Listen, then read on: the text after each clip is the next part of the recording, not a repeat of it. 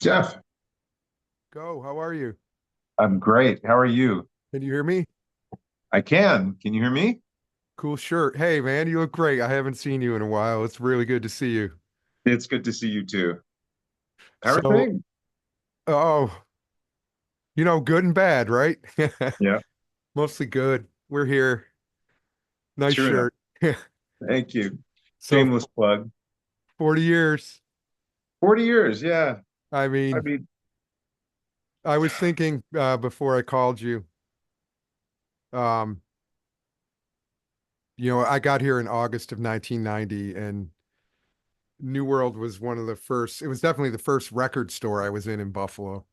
Um, and I was thinking, I can remember pretty much everything I bought there. You know yeah, what I mean? In a way, like, and it occurred to me, I was in the Delaware App Store, and I think that's the last thing I bought at New World was an album by Japan.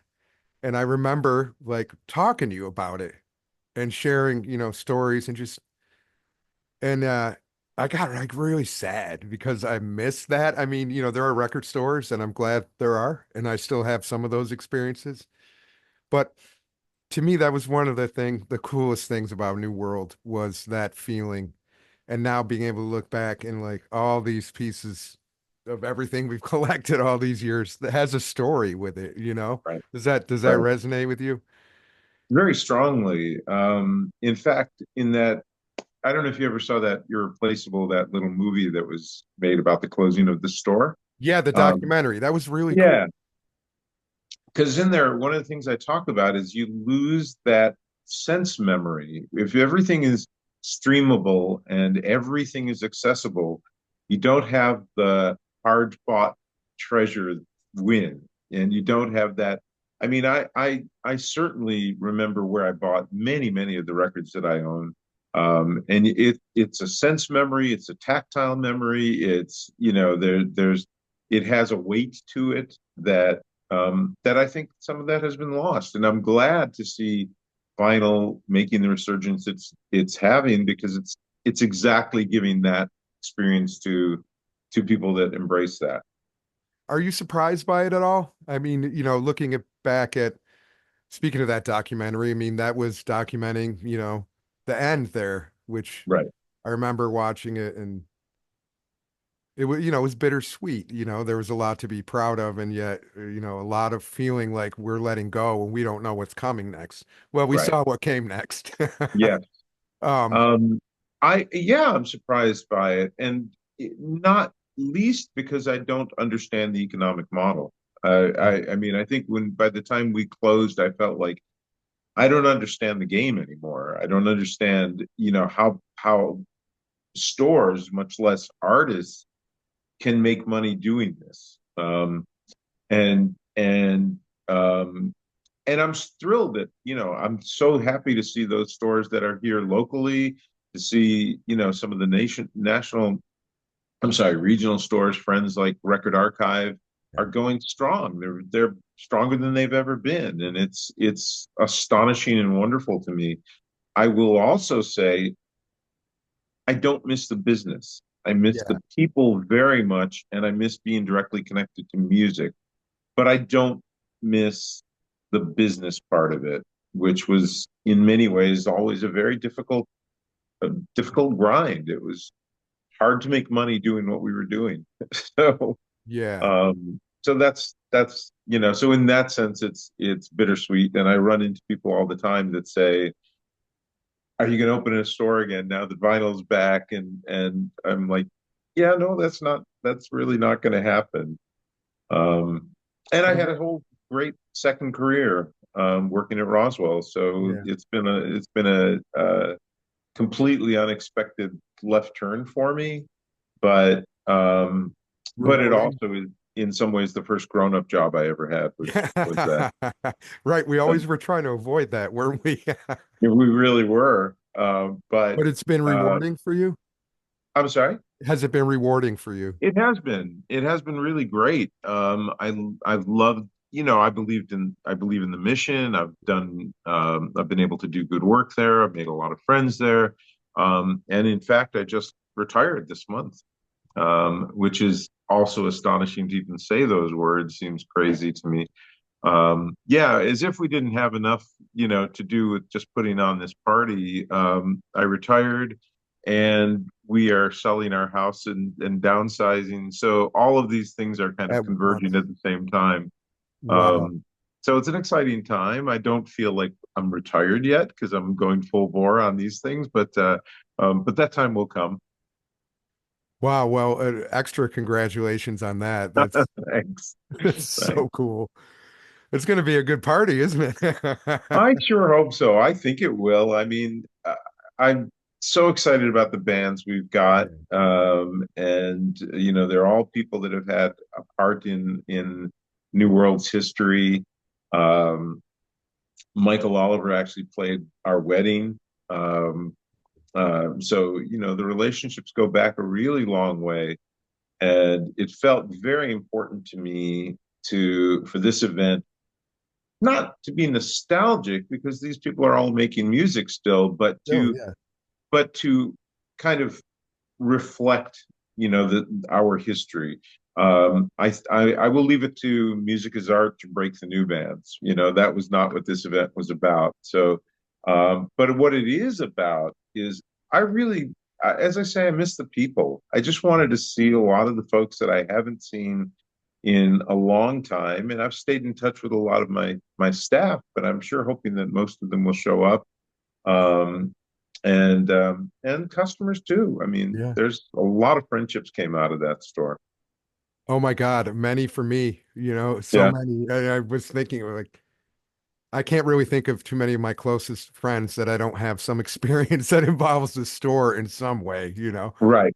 That's pretty wild. And I worked at record theater for a long time, so Yeah, that side of it, it's such a huge part of who we are and our culture here, I feel in Buffalo. Our Buffalo culture is many things, but that's a big part of it. And I do feel, I miss there being that hub where you went in and if you were hanging up your own band's poster, you right. also checked out everyone else's. You kind of knew what was going on. Yeah, Pretty much, you saw all kinds of people, but you certainly saw all your colleagues and friends that were part of the Buffalo music scene there. yes, Um, yeah. and a big thing was that you could buy their work there. And that always seemed like a huge deal at New World, more than it was at other places. Other places Really followed suit, was. I feel, but Yeah, it really was. I felt really strongly about supporting local music and local musicians. And if they wanted to do an in-store, I don't think we ever turned anybody down, honestly. I think we were yeah, just my like, band yeah, even go played for there. it. Yeah, yeah, yeah. So that felt really important, and I wanted, especially once we were in that space with Spot Coffee. Yes. I really that was my whole vision for the space was for it to be a neighborhood hub. So even to the point, maybe it was excessive, but to the point of if there was a snow day, I really wanted us to be open because I thought people that get out are going to want to go to Spot, and we want to give them something to do too. So we would kind of drag our asses in, on a snow day too. I love it.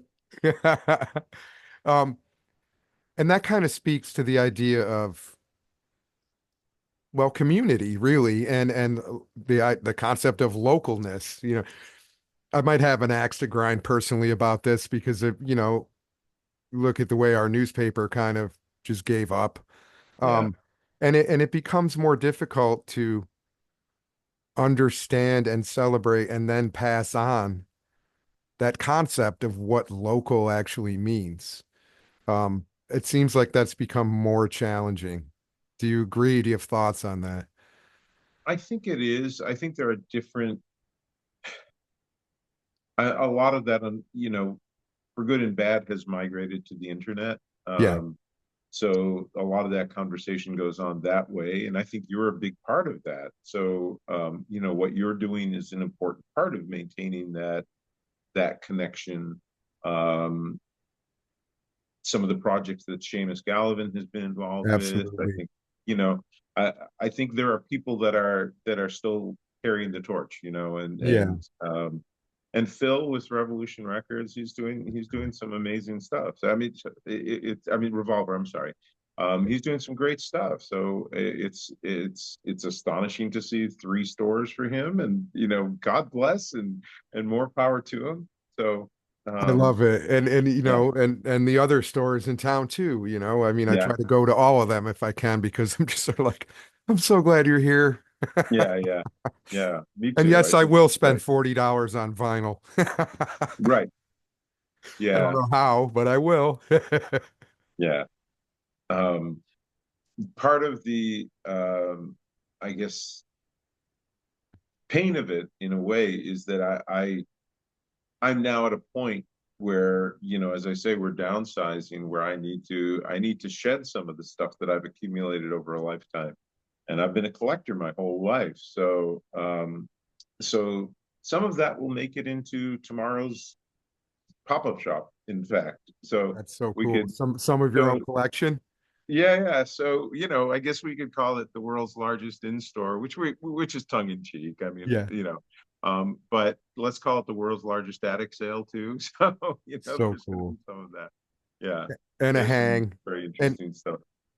I did want to talk a little bit about I know that you've chosen some beneficiaries, Yeah. Roswell being one, but Yeah. also Buffalo Center for Arts and Technology. I wondered why that was something you wanted to earmark. Well, that's where my wife Elizabeth works. Yeah, And so, you know, we both are working for not-for-profits, yeah, and both of them have a mission that we believe in, and we thought that this was a good opportunity. I also, you know, the fact that I'm retiring, I really wanted to do something on the way out, you know, yeah, to that would be uh, a gesture to having had a good career there. yeah, Even though it wasn't, you know, it was only half as long as my time at New World, but it was still, as I say, it was rewarding, and I felt like I was doing good work in a good community, and I also was compensated like an adult. yeah. So so that It's was good. nice for your Yeah, family, and these things matter. They definitely they do. do. They very much do. Yeah, Well yeah, deserved. When you did close at the time, our big fear was like big box stores and many of which are gone. yeah. They really are. Um, Um, I wanted to get your take. I mean, there must be, you don't strike me as the kind of person who's going to feel like, haha, or vindicated or anything, but I'm sure you have thoughts on that. Why do you think they went the way they did? And it isn't just because of the internet, really. It must be in part because there's just wasn't a lot of the human touch, the sense of something being curated right. and the sense of Yeah. being local. I mean, I never felt that in a big box, really. Yeah. Um, I think that's very much it. I mean, if in fact music is treated as widgets, Yeah. it's not a high profit widget. So if you've got bean counters and that's all they're looking at, it makes all the sense in the world to shed music or turn in a different direction. I mean, Best Buy has basically gotten rid of, you know, their music departments, and so many other places have, and it's because it doesn't bring them profit. Right. Um, there, I think that with those independent stores, you are exactly getting that quality of a curated collection because nobody can carry everything. So you That's have right. to choose what you're carrying, and you have to choose as wisely as you can. And I think a lot of them are doing great work in that way. Um, Agreed. and I know that people feel a part of a community with the indie stores in town and everything they've been doing. Um, yeah, I mean, I God bless them. Yeah. God It's bless so them. happy that they're there. Yeah. Um, what about the way that we're listening to music, so many of us are, and probably all of us, at least to a certain extent. What is your thought on on streaming, and what place does it fill in your own life, if any? Well, I remain a Luddite. I have refused to get a Spotify or iTunes or any account God bless you. because it just galls me to see someone get a million streams on something and a check for $6 or some absurd number. It's just not right, and so I won't patronize that. I still buy CDs of the artists I love. I try whenever possible to buy them at shows because I know the money's going to them. Direct. Yeah. So those are the choices I make. I do not judge anybody because I also know which way the wind is blowing. So, Right. it is what it is, and I recognize that in a way, what we're celebrating with the event tomorrow is nostalgia, is obsolete. Um, but I am here to honor the obsolete. I am here to represent the obsolete, I think. I love that. There's the quote. That's a good one. I'm right there with you. Yeah, the only thing, I mean, streaming, ugh, but also it's been difficult for a person like me to totally resist because I love to use it as a research tool because, Right, sure. wow. And then Sure. often I'm like, all right, I like this band that I might Yeah. not have known otherwise. Now I'm Right. going to seek out and give them some of my money, not through Spotify or whatever, but Right. directly. So Yeah. in that way, it's maybe I'm just looking for any silver lining go. Well, there are silver linings. I mean, for the listener, it's an amazing thing. Yeah, As a business, I object to it right down the line. yeah, I don't think there's really much anything good about it as a business. Um, but as a listener, I think the access to everything is kind of a wonderful resource. And there are actual human curated playlists out yeah. there. And in fact, my good friend Doug McKee has put together a 7-hour playlist for tomorrow's Oh, that's show, awesome. and it's available on Spotify because that's the way to get it out there. I'll Let have me to give it a share little that. plug. I think it's called New World Record, World's Largest In Store, and it's a Spotify playlist, so you can find it on there. And I'll I'll shameless hunt it plug for down. that too. Um, the other thing is that I currently, the one direct connection I have to music in the world is I do the playlist for the Babel literary series. And that's a very So cool before and connection. after, that's the music that you'll hear. And they use a Spotify playlist. For the first few years, I would make a CD for them.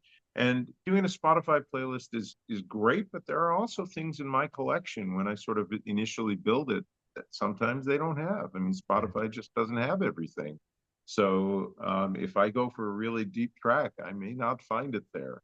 So that's a limitation too.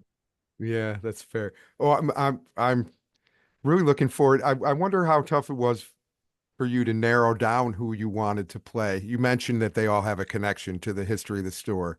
Yeah, But yeah, still, I mean, so many did. It's so yeah. much. It's true. And actually, one of the first and most obvious thing would have been to have some of the people that have worked in the store play. Absolutely.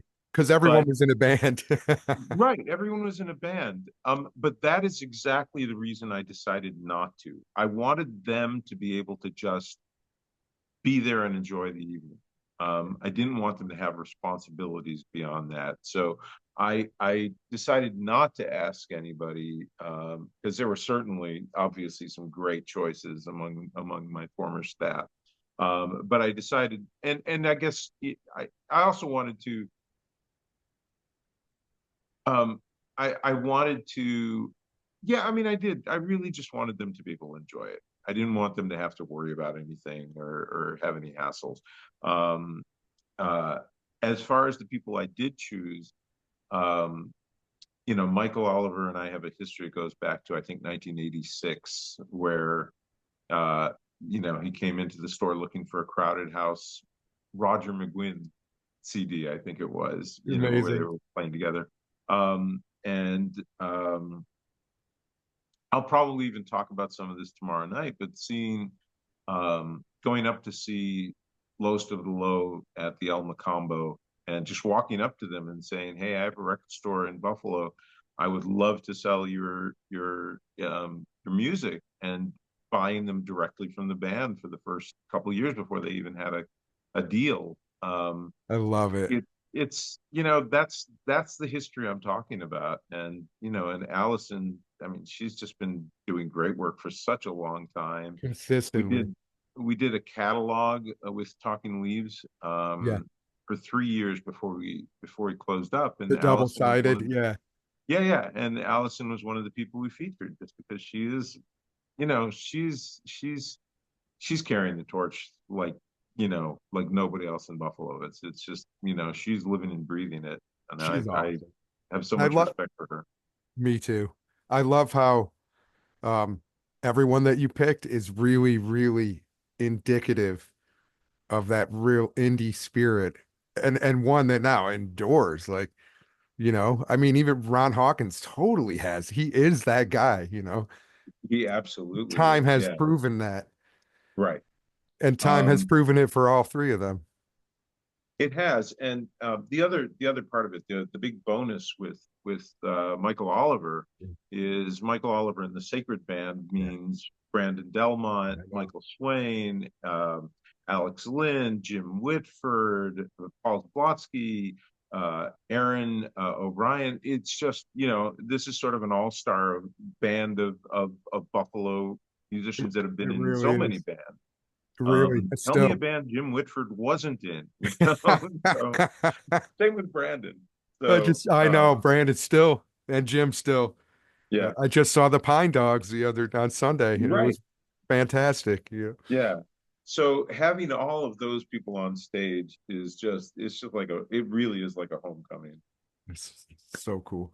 On that note, you know how you might be like, "Oh, leave me alone," but um, the Continental reunion kind of became like a yearly thing where we all got together to celebrate. I mean, have you thought about that? Is that something that you would consider, like maybe a yearly New World Doing a hang? yearly thing?